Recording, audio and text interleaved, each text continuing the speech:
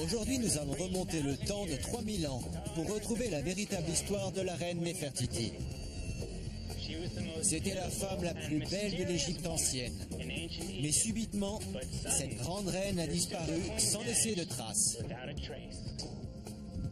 Qui était la mystérieuse reine Néfertiti? Pourquoi a-t-elle disparu? Sa momie peut-elle encore être retrouvée? Pour le savoir, je vais suivre une piste semée d'indices à travers les endroits les plus sacrés et les plus secrets d'Égypte.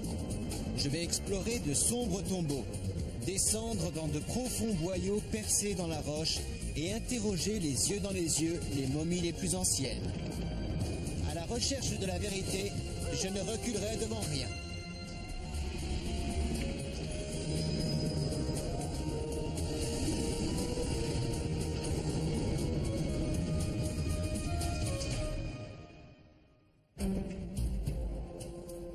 Décembre 1912.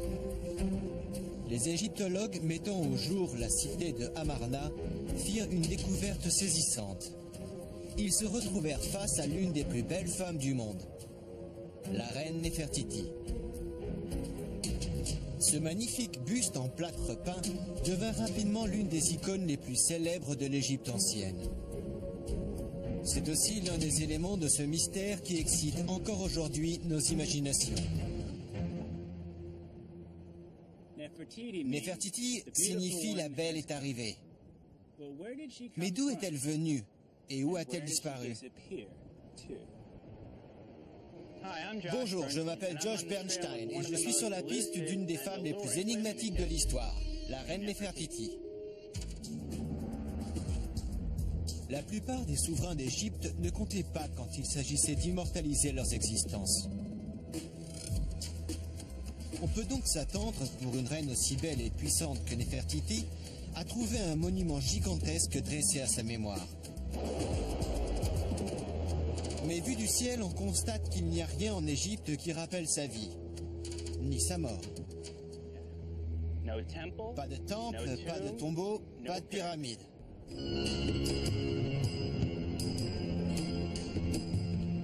C'est ici que les archéologues trouvèrent le superbe buste de Néfertiti, dans cette ville fantôme vieille de 3000 ans.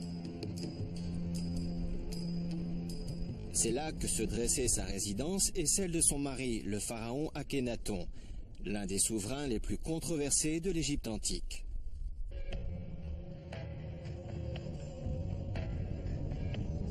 Akhénaton vint au pouvoir en 1353 avant Jésus-Christ. Avant lui, le siège du pouvoir égyptien était la ville de Thèbes.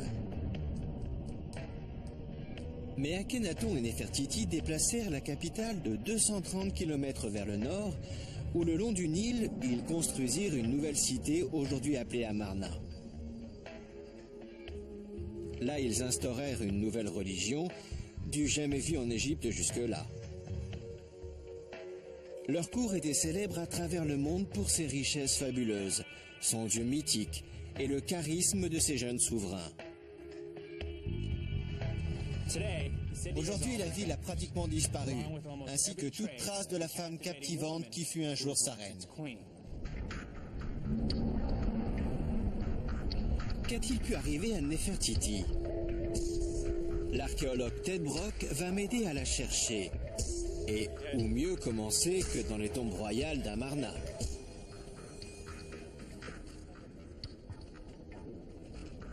En surface, il ne reste plus grand-chose de la cité. Mais le sous-sol, lui, renferme des trésors. J'espère y trouver un premier indice pour résoudre le mystère de Néfertiti et de son mari pharaon Akhénaton. Alors Ted, c'est quoi ce site? Je me suis dit que ce serait bien de vous montrer ce tombeau. C'est celui d'un grand prêtre d'Aton qui s'appelle Mériré. Ça signifie celui qui aimerait.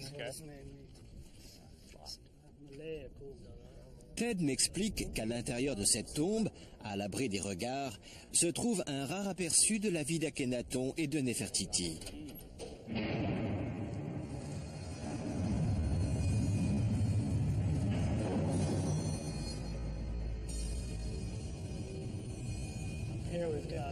Là-haut, nous avons une représentation importante des souverains. Vous voulez une lampe? Nous sommes entourés d'images saisissantes du roi et de la reine. Ted me les montre dans chacune des scènes représentées. Akhenaton, Nefertiti, leur cartouche est là-haut. C'est écrit Nefertiti là-haut? On reconnaît Nefertiti là, par la forme caractéristique de sa couronne. Il y a aussi des images d'Aton, le dieu soleil, dépeint comme un disque solaire d'où s'échappent des rayons. Akhenaton et Nefertiti adoraient ce nouveau dieu et leur révolution religieuse transforma l'Égypte ancienne. Ici, on voit plus de détails sur les rituels du temple, avec la famille royale qui fait des offrandes au dieu Aton. L'histoire de leur nouvelle religion est littéralement gravée dans les murs de ce tombeau, ainsi que le quotidien le plus banal et le plus intime de leur vie terrestre. Ils sont accompagnés de Mérirée, et ils lui jettent des colliers d'or qui étaient ici et qu'on a enlevés. Ils ont peint chaque moment de leur vie. C'est une description très riche de leur vie. Il était important pour eux d'en montrer tous les détails. L'ancêtre de la télé-réalité. D'après Ted, il y a encore plus de choses à voir à l'extérieur de la tombe.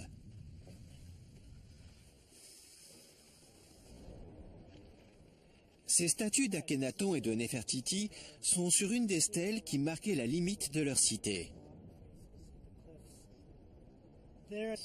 Il y a une inscription qui parle de creuser les tombeaux du roi et de sa femme Nefertiti, ainsi que de leur fille aînée, Meritaton. Chacun avait sa tombe. Ça semble dire ça, oui. 3 tombes dans les environs. Au moins 3, mais pas dans les environs, plutôt loin, dans le désert. Il faut remonter tout un oued pour les atteindre. On peut y aller? On peut y aller. Alors allons-y. Les tombeaux vers lesquels nous nous dirigeons sont ceux de la famille royale elle-même. Ils sont à 5 km d'ici. En chemin, Ted m'en dit plus sur cette femme énigmatique. Akhenaton a donné à Nefertiti un énorme pouvoir. Ce buste est l'hommage le plus célèbre qui lui a été rendu et que nous ayons retrouvé à ce jour. Mais il soulève bien des questions. Si Nefertiti était une des femmes les plus influentes du monde antique, pourquoi ce chef-d'œuvre est-il resté inachevé ?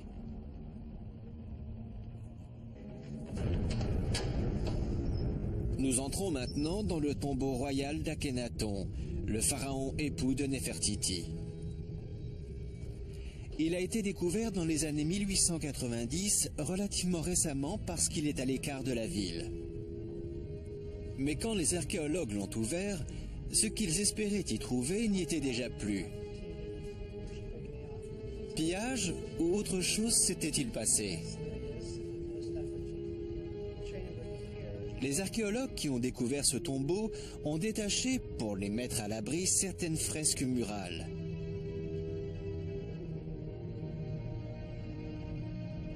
L'art du temps d'Akhenaton et de Nefertiti est considéré comme aussi révolutionnaire que leur religion. Aucun autre noble d'Égypte ne fut représenté dans des scènes familiales aussi intimes et pleines de tendresse. Ces panneaux sont toujours dans la tombe, dans la chambre, où, selon Ted, leur seconde fille fut enterrée. Nefertiti est là, en position de deuil. Ils ont les mains au-dessus de la tête. Ces images de leur chagrin nous donnent un rare témoignage de la vulnérabilité des rois. D'autres membres de la famille royale ont été enterrés ici? Oui, la chambre funéraire du père d'Akhenaton est en bas. Finalement, nous atteignons la chambre funéraire d'Akhenaton. Son sarcophage a été trouvé ici, saccagé. Mais Nefertiti a-t-elle été ensevelie ici? Chaque image d'elle semble avoir été effacée. Tout ce que je peux deviner, c'est le vague contour original de sa couronne. Elle est partout, mais son sarcophage n'était pas ici.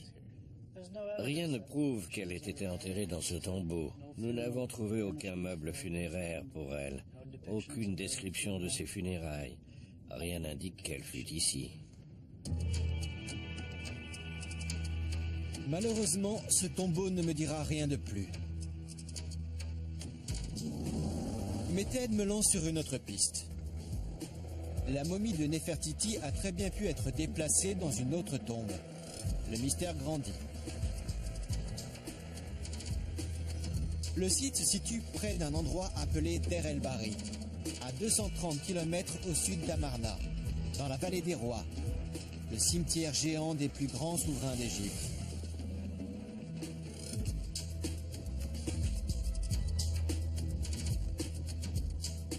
Les pharaons égyptiens étaient souvent enterrés dans des tombeaux somptueux qu'on emplissait de richesses. Mais celui que nous allons voir maintenant a été creusé pour accueillir des objets encore plus précieux pour les archéologues, des momies.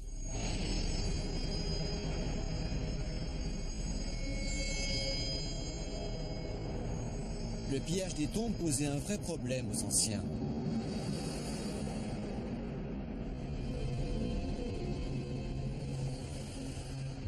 C'est quand il reposait dans sa dernière demeure que le roi devenait vulnérable. Ses restes et ses richesses tentaient les pillards qui étaient prêts à descendre dans les profondeurs sombres de la terre pour s'en emparer. C'était aux prêtres que revenait la tâche de protéger les momies royales. Et leur vint une idée géniale. Les déplacer pour mieux les cacher. Est-ce ce qui est arrivé à Akhenaton et Nefertiti? Est-ce la raison pour laquelle leurs momies n'ont pas été retrouvées dans le tombeau construit à Amarna pour les accueillir? Nigel? Bonjour, je suis Josh, enchanté. Nigel Etherington est un archéologue familier de ce site. Il m'explique qu'on va me descendre dans un tombeau avec ce treuil. C'est très dangereux. Tout ce matériel est loin d'être neuf. Mais je tiens à aller au fond de cette histoire, celle de la reine Nefertiti.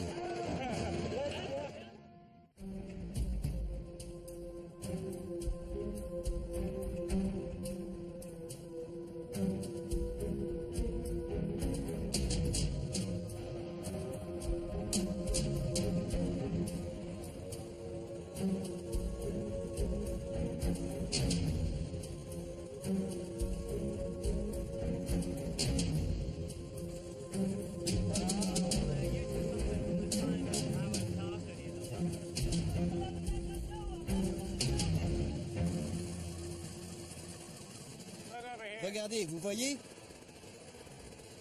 C'est un treuil. Ils vont nous descendre dans la tombe. Ils viennent d'installer un câble et ils disent que ça va marcher. C'est vraiment du bricolage. Les cordes s'effilochent et les courroies ont l'air de vouloir lâcher à tout moment. Mais puisque c'est le seul moyen d'atteindre la tombe, ils crient tous. J'aimerais bien savoir ce qu'ils disent.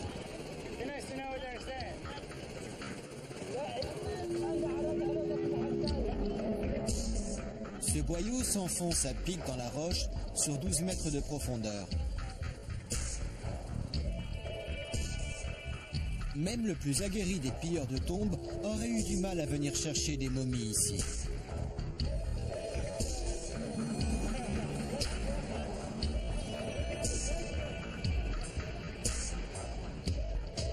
Et comme si ça ne suffisait pas, les prêtres ont jeté dans le fond du trou des gravats, rendant l'accès à la tombe encore plus difficile. C'est dingue comme cachette.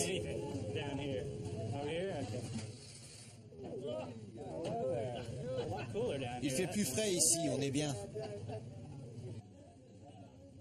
Le dernier obstacle est un mur construit au fond du trou, fermant à jamais le tunnel conduisant à la cage des momies. On peut percer le mur pour passer? C'est pour ça la masse. Bon, je tape, c'est tout. Oui, il faut le traverser.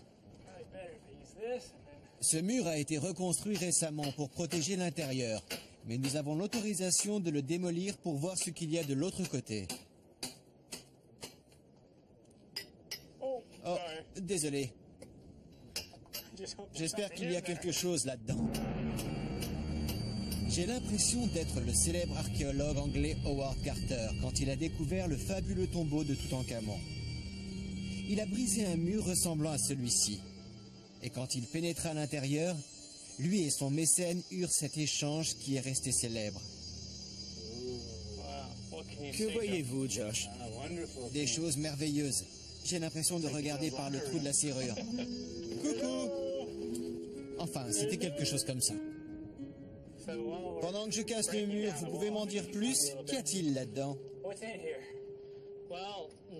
Plus rien. Plus rien?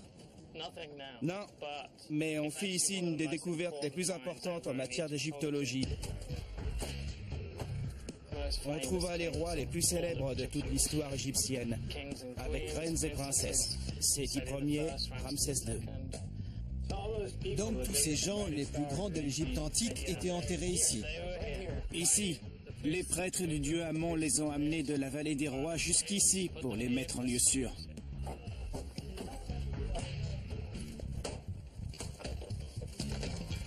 Le truc, c'est d'entrer sans faire tomber le plafond.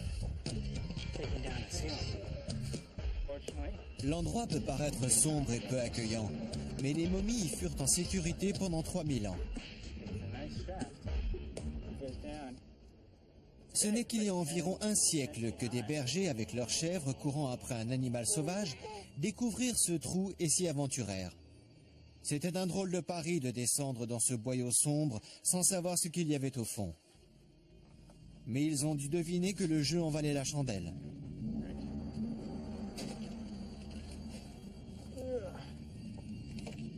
Et maintenant, à la tombe. Ça a dû être impressionnant d'être la première personne à se retrouver ici. Descendre dans le trou, extraire des tas de gravats, percer un mur pour se retrouver face à des momies. Les bergers firent de cet endroit leur caverne d'Ali Baba. Pendant 10 ans, ils vendirent les objets d'art qu'ils y trouvèrent au marché noir.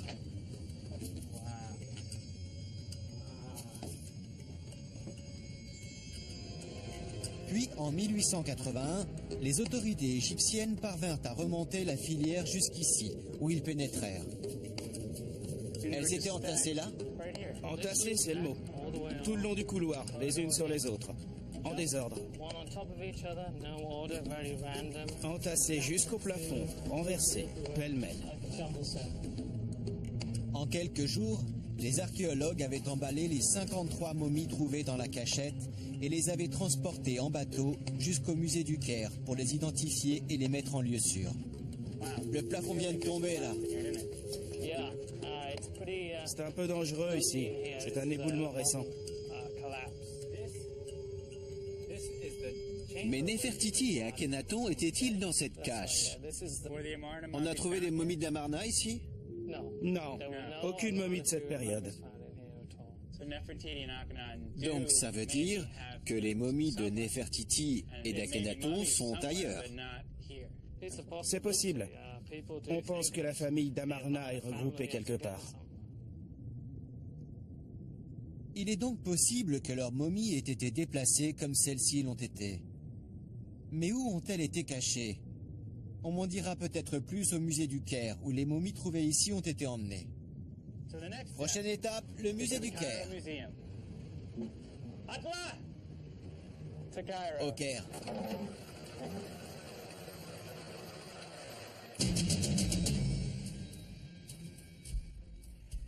Le musée du Caire a la plus grande collection au monde d'objets antiques et de momies. Néfertiti et Akhenaton y sont peut-être.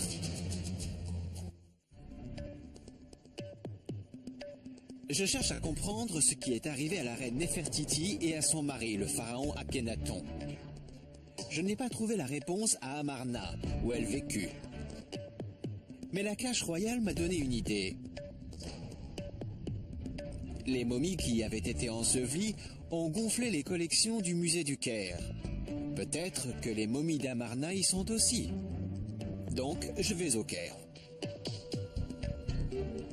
Après toutes ces journées passées dans la sécheresse du désert, quel bonheur d'être sur l'eau portée par la brise. Je suis sur une felouk, bateau traditionnel égyptien. Celle-ci, ça tombe bien, s'appelle Akhenaton. Sous la direction du capitaine Kadala, je vais me rendre de Luxor au Caire à la façon des anciens et découvrir l'Égypte au fil du Nil.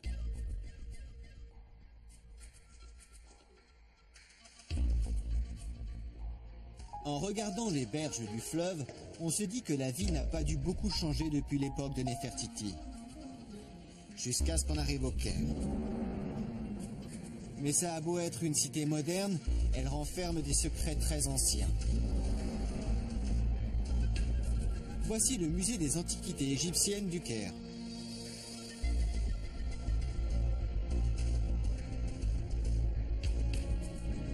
Il contient tellement de vestiges, de momies, d'objets d'art qu'on ne peut en exposer qu'une infime partie.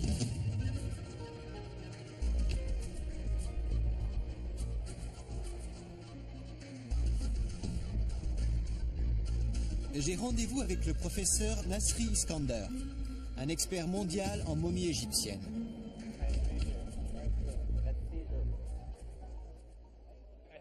Je ne sais pas s'ils vont sortir les momies pour nous les montrer. Ils ont une salle secrète et le professeur Nasri peut nous y faire entrer. C'est impressionnant. C'est la première fois que je vais voir des momies. Je n'en reviens pas. Ils sortent les momies à l'air libre. Professeur Nasri, qu'est-ce que nous voyons? La momie d'Amenophis II. Waouh, 3500 ans. Il avait quelque chose dans les mains? On n'a rien trouvé sur lui, mais il semble que oui. Amenophis II. Le professeur Nasri m'apprend que c'est l'arrière-grand-père du mari de Néfertiti. On voit qu'il avait la variole sur l'épaule et le cou. Il en est mort? On ne sait pas, mais sa peau est marquée. Je peux l'attraper? Non, il n'y a plus rien. La malédiction de la momie? Ce ne sont que des restes. On dirait qu'il va parler. Bonjour. Elle me parle à moi. Ah oui? Qu'est-ce qu'elles vous disent? Prenez soin de nous. Oui, prenez soin de moi. Prenez soin de nous. Ça fait drôle de se retrouver face à la momie d'un parent de Néfertiti. Mais il y en a beaucoup d'autres encore à voir.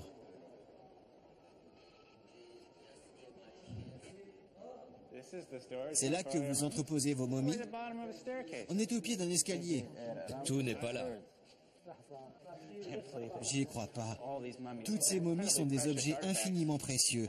Même si c'est temporaire, elles sont au pied d'un escalier.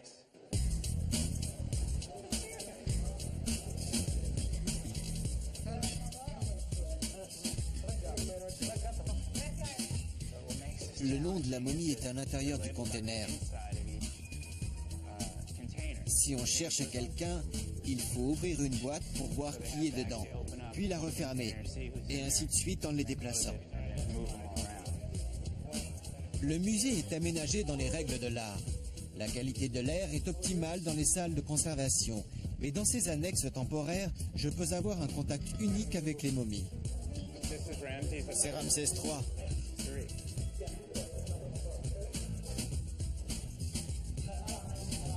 Il cherche quelque chose pour moi.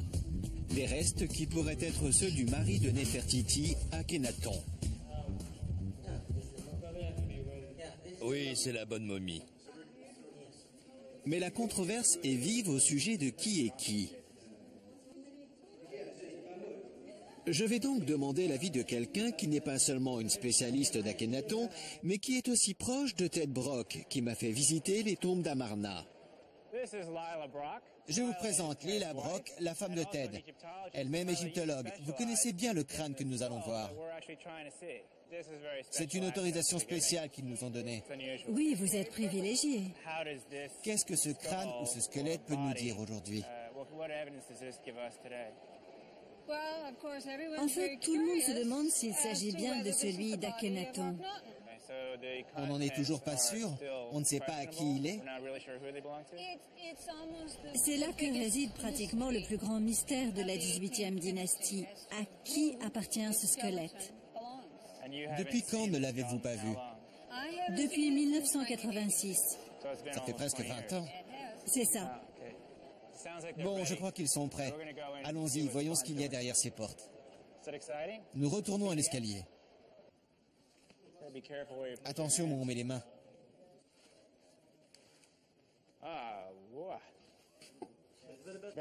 Ce sont les restes du squelette. Et ça fait 20 ans que personne ne les a vus. Nous les avons trouvés dans la tombe 55. C'est impressionnant de se trouver si près de quelqu'un qui a vécu il y a 30 siècles et qui apparemment a emporté ses secrets dans la tombe. Est-ce vraiment le crâne d'Akhenaton? À un moment, on a cru que c'était son crâne? Sans doute, mais personne ne sait. Il y a autant d'avis là-dessus que de spécialistes de la période Amarna. On continue d'étudier la question. Mais alors, à qui ces restes peuvent-ils appartenir? D'après Lila et Nasri, à quelqu'un connu sous le nom de Smenkhare. Le mystère s'épaissit. Même ces deux experts ne sont pas d'accord entre eux. Il semble que Smenkhare soit l'un des personnages les plus énigmatiques de l'histoire égyptienne. On sait peu de choses sur Smenkhare. On ne sait rien de qui il était. On a des trous. Smenkhare est peut-être celui qui pourrait lever le voile sur la véritable existence de Néfertiti. Il apparaît sur la scène égyptienne dans les moments où elle en disparaît. Certains spécialistes pensent même que Néfertiti aurait pu changer de nom et devenir Smenkhare. Mais pourquoi la grande reine aurait eu besoin de changer de nom? Nasri m'emmène au sarcophage dans lequel le mystérieux squelette a été trouvé. C'est le couvercle du cercueil dans lequel on a trouvé les os. L'identification des amis et des parents de Néfertiti est un vrai casse-tête. Est-ce le cercueil de Smenkhare, d'Akhenaton, ou celui de quelqu'un d'autre? Les ornements pourront peut-être nous révéler ce que la momie refuse de nous dire. Vous m'expliquez? C'est le couvercle d'un des cercueils. La plupart des marques distinctives ont été détruites volontairement. Et comme vous pouvez le voir, le visage a été retiré. Je ne comprends pas. Qui a enlevé l'or? Quelqu'un par la suite. Pourquoi? Les guerres internes, la politique. Ils lui ont retiré le visage, on ne sait plus qui c'est. Et comme ça, on l'a privé de vie dans l'au-delà. Le nom du roi a aussi été enlevé. Le nom de celui qui était dedans était là. Sans visage et sans nom, il n'a pas de vie dans l'au-delà. Donc quelqu'un est venu vandaliser le cercueil de façon précise. Il a enlevé le visage et le nom, et maintenant on ne sait plus qui était dedans. Et là, il y avait quoi, le sceptre? Oui, mais on ne l'a pas. Celui qui a fait le coup a dû l'emporter. Le nom du roi y était écrit aussi. Ils sont partis avec. C'était voulu. Ils n'ont laissé que les louanges. C'est du vandalisme voulu. On a un corps, mais on ne sait pas à qui il est. C'est embêtant. Je cherche à reconstituer une histoire dont les protagonistes semblent avoir été rayés de la carte. J'aime les énigmes de ces histoires. Ça les rend vivantes. C'est pour ça que vous êtes archéologue. C'est une belle énigme.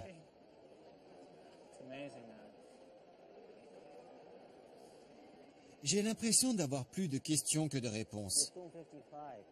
C'est déjà compliqué de distinguer les momies les unes des autres, mais retrouver celle de Néfertiti semble particulièrement difficile. Je dois adopter une nouvelle perspective.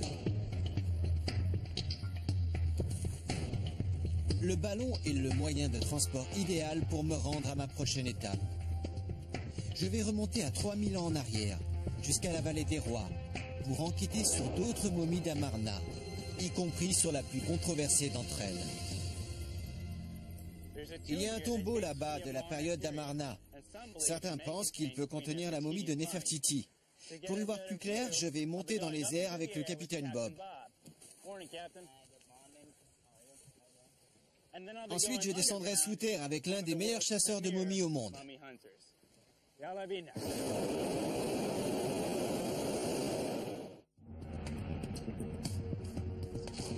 J'ai cherché la reine Néfertiti tout le long du Nil. C'est à peine s'il y avait des traces de son passage dans la cité d'Amarna, sa capitale. Ensuite, j'ai suivi les momies de ceux qui ont fait l'histoire de l'Égypte, de la cache royale au musée du Caire. Là, j'ai trouvé des restes qui appartiennent peut-être à son mari, le pharaon Akhenaton.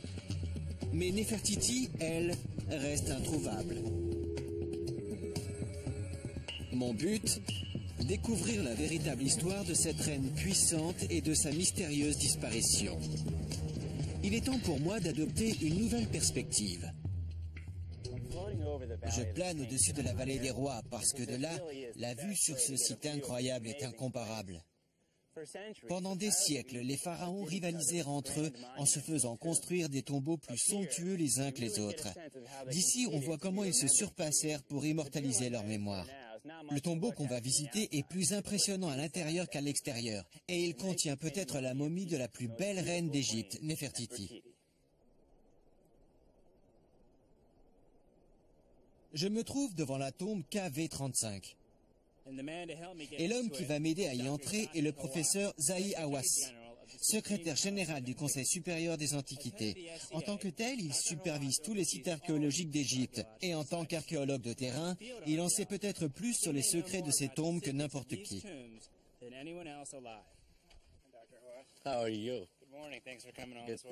KV35 signifie en anglais Vallée des Rois 35. À chaque tombe correspond un numéro qui désigne l'ordre dans lequel elle a été découverte.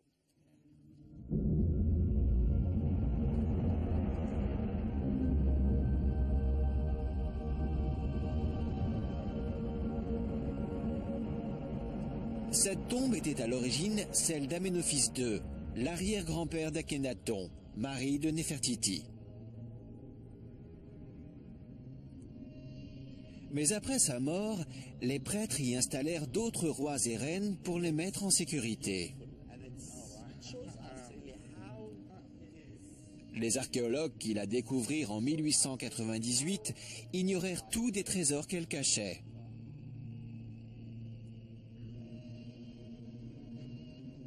Des momies. De vraies momies. À l'intérieur, ce mur était entièrement peint. Là aussi. C'était caché. Personne ne pouvait deviner que derrière cette porte, il y avait une salle. On y a trouvé 12 momies. Et c'est là que l'aventure commence. Suivez-moi. En 2003, une autre équipe d'archéologues eut l'intuition qu'une des momies était celle de Néfertiti. Ils trouvèrent assez de similitudes entre la momie et ce qu'on savait de la reine pour annoncer leur découverte. Mais leurs preuves étaient minces et beaucoup d'égyptologues refusèrent de se laisser convaincre. Comme je l'ai appris au musée du Caire, il peut y avoir autant d'hypothèses sur l'identité d'un corps qu'il y a de chercheurs. Commençons donc par les preuves qu'avançait l'équipe d'archéologues pour étayer ses conclusions. On a dit qu'il s'agit de Néfertiti parce que quelqu'un lui a coupé les lèvres et la poitrine, par haine contre elle.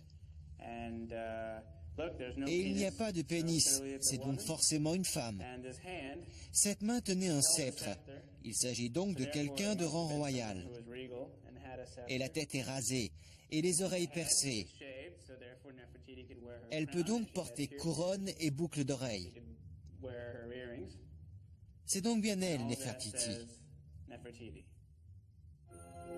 Vraiment. Beaucoup de chercheurs en doutent. J'ai donc demandé à Zahi ce qu'il en pensait. Ils disent que quelqu'un, avec un couteau, s'en est pris à la bouche et à la poitrine.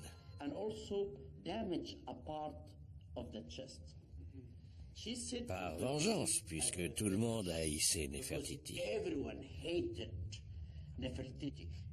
Mais si vous viviez il y a 3000 ans, Josh, et si vous haïssiez profondément Néfertiti, face à sa momie, auriez-vous pris un couteau pour lui faire ça?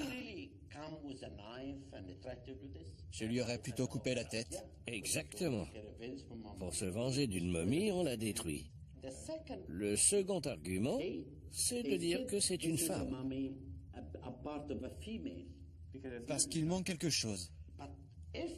L'absence de pénis ne prouve pas que c'est une femme. Toutankhamon lui-même a perdu le sien après sa découverte. Après sa mort. Et on ne va pas prétendre pour ça que sa momie est celle d'une femme.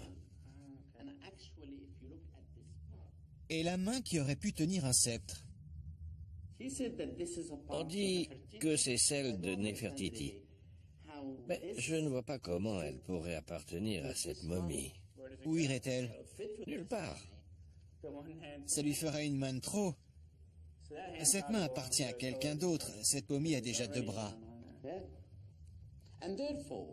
C'est pourquoi je ne pense pas du tout que ce soit la momie de Néfertiti. Mais il existe un troisième argument. Le dernier est le plus important. Nous avons fait un test d'ADN qui a démontré que cette momie était celle d'un homme, pas d'une femme. Ce n'est donc pas celle de Néfertiti. Mais si ce n'est pas elle, où est-elle? Les archéologues cherchent dans la vallée des rois, à Amarna, mais ils ne l'ont pas encore trouvée. Je n'ai pas la réponse à cette question.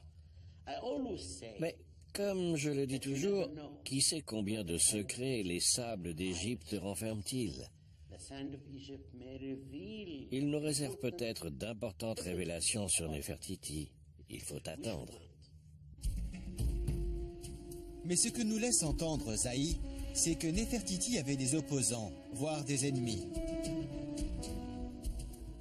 Et je me demande si ce n'est pas la raison pour laquelle elle est si difficile à retrouver.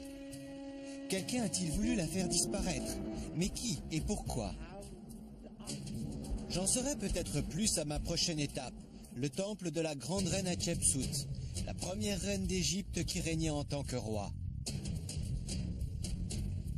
On m'a dit que son histoire pourrait m'aider à comprendre celle de Néfertiti. Ce sont les archéologues Ted et Lila Brock qui vont me servir de guide. À quel moment Hatshepsut a-t-elle vécu? Fin 16e, début 15e siècle avant Jésus-Christ. Environ un siècle avant Néfertiti. C'est ça. Les 2 reines étaient belles et puissantes, mais apparemment Hatshepsut avait de plus grandes ambitions. Elle devint pharaon. Ted m'explique comment elle a réalisé ce tour de force hors du commun. À la mort de son mari, Thoutmôsis II, l'héritier du trône Thoutmôsis III était encore très jeune et apparemment incapable de régner. Hatshepsut assura la régence au nom du roi. Mais après quelques années, pour une raison qu'on ignore, elle décida de régner à part entière et dirigea le pays pendant 20 ans. C'est fascinant. Hatshepsut a donc créé un précédent en régnant en tant que pharaon, bien qu'étant une femme. Mais comme jusque-là, seuls des rois avaient régné sur l'Égypte, elle dut se déguiser en homme pour exercer le pouvoir. C'est la version antique du travestissement. On voit qu'elle porte tous les attributs royaux. La couronne de la haute et de la basse Égypte, la crosse, le fléau et la fausse barbe. Oui, c'est ce qui m'intriguait. Si c'est une femme, comment peut-elle avoir une barbe? C'est une fausse barbe. On voit même les lanières sur les côtés auxquelles elle est attachée. Et sa silhouette, on ne dirait pas des corps de femme. Oui, c'est un corps d'homme. Donc pour les statues, elle se faisait faire un corps d'homme et une barbe. Il y a de la peinture sur son visage. Qu'est-ce que cela signifie? On donnait aux hommes une couleur de peau rouge foncé. Celle des femmes était jaune ou rose. La peau rouge foncée, la fausse barbe, le corps d'homme, la couronne, les sceptres. On nous dit qu'Hatshepsut était un homme. Exactement. Néfertiti aussi a-t-elle régné en tant que roi? Lila m'avait dit plutôt que Néfertiti avait peut-être emprunté le nom masculin de Smenkhare. Est-il possible qu'elle ait eu une nouvelle vie sous ce nom et qu'elle ait succédé à son mari sur le trône, comme Hatshepsut?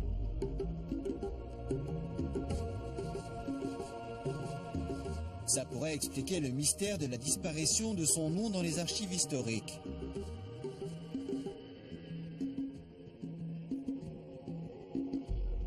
Mais si Néfertiti était aussi puissante qu'Hatshepsut, pourquoi n'existe-t-il ni monument, ni tombeau, ni temple qui lui soit dédié?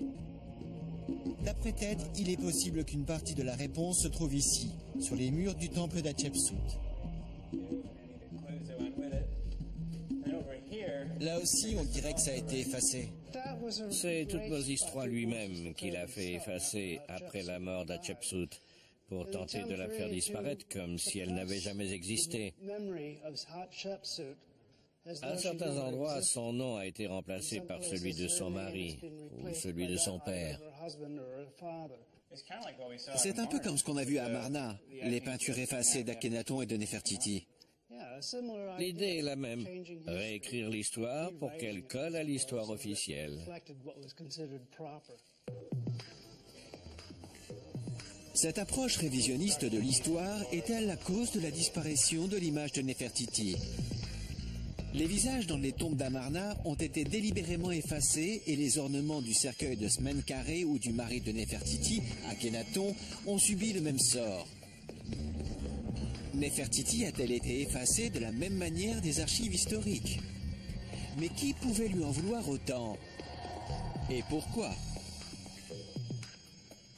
La réponse à ces questions est à Karnak, la galerie de portraits des grands d'Égypte. C'est pas magique. Tous ces piliers, on y retrouve tous les rois, toutes les reines d'Égypte et les dieux qu'ils représentaient. La question est, vais-je trouver Akhenaton et Néfertiti à la place qui devrait être la leur? Je vais visiter quelques-uns des recoins les plus secrets de Karnak.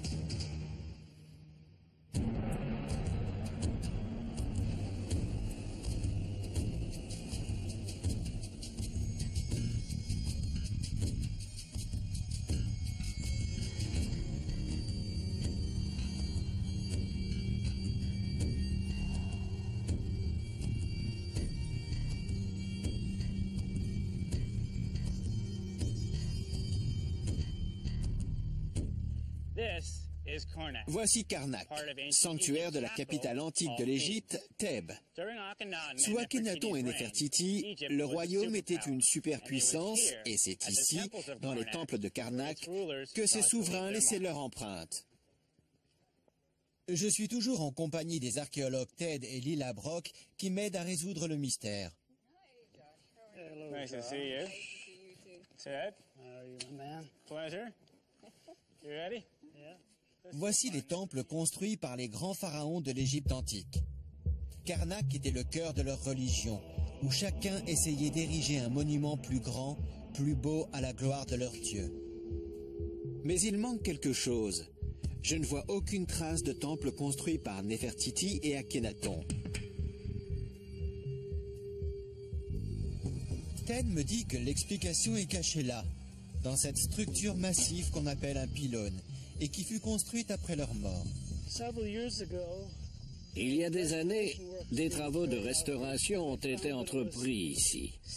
Et on a découvert dans les matériaux de remplissage des murs de ces deux tours des talatates, les pierres gravées avec lesquelles Akhenaton avait construit son temple.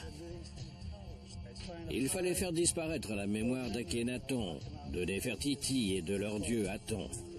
Pas juste l'effacer, mais l'ensevelir. Si ces murs ne s'étaient pas éventrés, on n'aurait jamais su ce qu'il y avait dedans. Non, ce serait resté caché.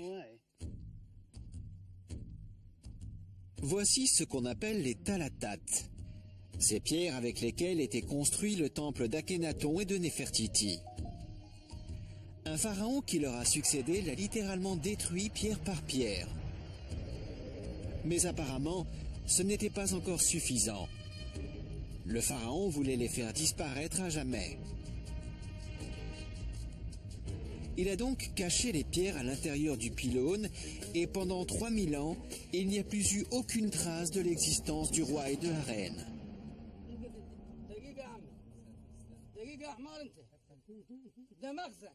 Une grande partie de leur histoire est cachée dans ce dépôt. C'est très rare d'entrer ici. C'est parce que je suis là? Oui.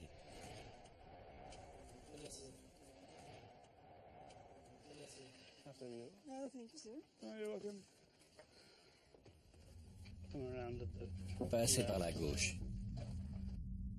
C'est là qu'on range les belles pièces? Oui, les pierres importantes, celles qui sont décorées, il y en a des milliers.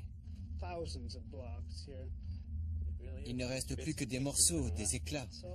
Qui ne sont pas rangés, qui sont en vrac. C'est comme un immense puzzle. Mais on a perdu le couvercle de la boîte. Sur ces pierres se trouve l'histoire cachée d'Akhenaton et de Néfertiti. Y sont peintes et gravées des images qui racontent leur vie et leur règne. Cherchons Néfertiti, Il n'y a que des fragments. qui doivent être réassemblés pour que l'histoire revive devant nous, comme dans un film gravé dans la pierre. Là, c'est Néfertiti. Sa tête et son visage, elle a 2 plumes sur la tête pour couronne.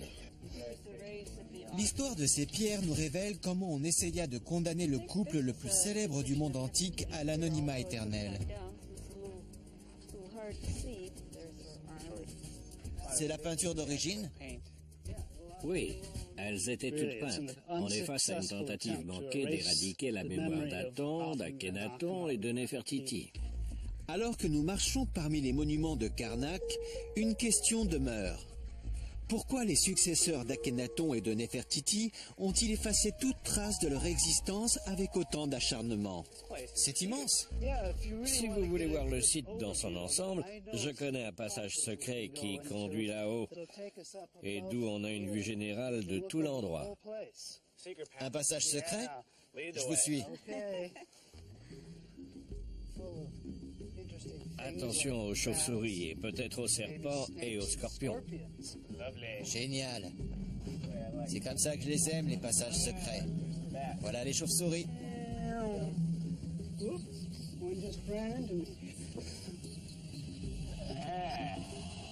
Qu'est-ce que vous faites là? Et vous, ça va? C'était marrant. Un peu d'air.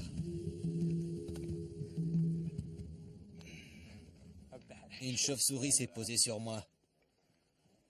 Visiter Karnak nous permet de voir l'importance de la religion dans l'Égypte antique. Est-ce la raison de la destruction du temple? Qu'est-ce qu'on voit, Ted? Il a fallu de nombreuses générations pour construire ce monument. La salle des colonnes de Séti et Ramsès, l'obélisque d'Hatchepsout là-bas, la grande cour jardin ici, et le pylône sur lequel nous sommes, qui est plus tardif. Donc chaque nouveau souverain laissait sa marque ici en y construisant un temple. C'est ça, tous à la gloire d'Amon. Mais Akhenaton et Néfertiti vénéraient un autre dieu, Aton. Leur temple à la gloire de ce dieu devait être à la hauteur d'un roi et d'une reine qui régnèrent sur la nation la plus puissante du monde. Mais un autre pharaon le détruisit. Si cet endroit est dédié à la mémoire des rois, pourquoi y détruirait-on un temple? Akhenaton a fermé le temple d'Amon. Il a imposé un culte au dieu soleil Aton et en même temps, il a supprimé celui rendu à Amon. Aton et Amon étaient donc deux différents dieux.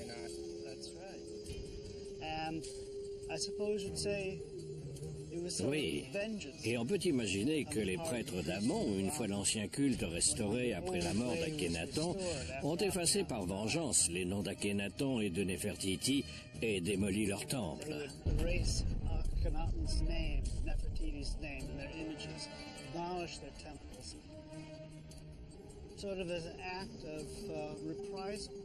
C'était des hérétiques? C'est ça. Ils étaient considérés comme tels par les pharaons qui leur ont succédé. Donc, tant qu'il est pharaon, tout le monde obéit à Akhenaton. On lui construit des grands temples, on joue son jeu, c'est le pharaon, il faut faire ce qu'il dit. Mais dès qu'il meurt, on dit « Désolé, on ne suit plus ton Dieu. On va reprendre l'ancien et on va détruire tous tes temples et tout ce que tu as représenté. » C'est à peu près ça, oui.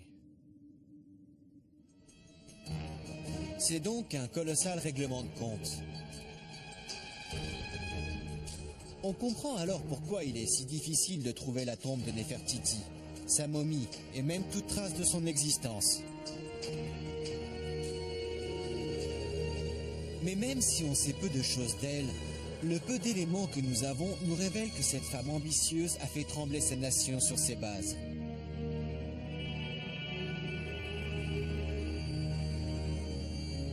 Aujourd'hui encore, 3000 ans plus tard, Nefertiti est source de bien des controverses et on ne se lasse pas de se pencher sur sa vie et sa mort.